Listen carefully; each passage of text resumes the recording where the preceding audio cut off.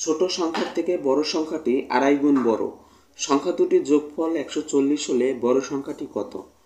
তো আমরা ধরি বড় সংখ্যাটি হলো x। আচ্ছা, এখানে বড় সংখ্যাটি যে বড় হয় তাহলে বড় সংখ্যাটি আমরা পরে ধরি। আগে আমরা ছোট সংখ্যা ধরবো যে ছোট সংখ্যাটি কত। ছোট সংখ্যাটি হল x, তাহলে বড় সংখ্যাটি হবে আড়াই গুণ বড়, তাহলে 2.5x।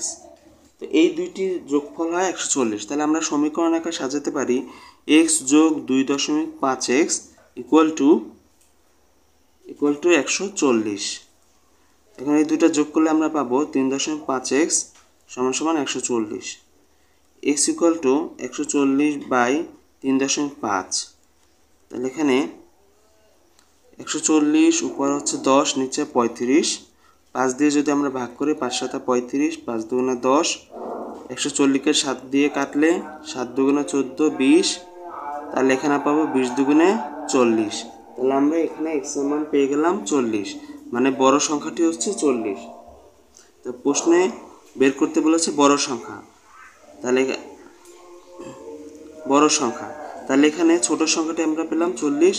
বড় সংখ্যাটি হবে এই 2.5x এর জায়গায়, x এর জায়গায় এখানে আমরা মান বসিয়ে দিলাম 40। 40 দিয়ে 25কে ভাগ করলে হবে 4 25 100, 0 100 থাকে। তাহলে আমাদের বড় সংখ্যাটি হলো 100। তো 100 হলো এই প্রশ্নের উত্তর।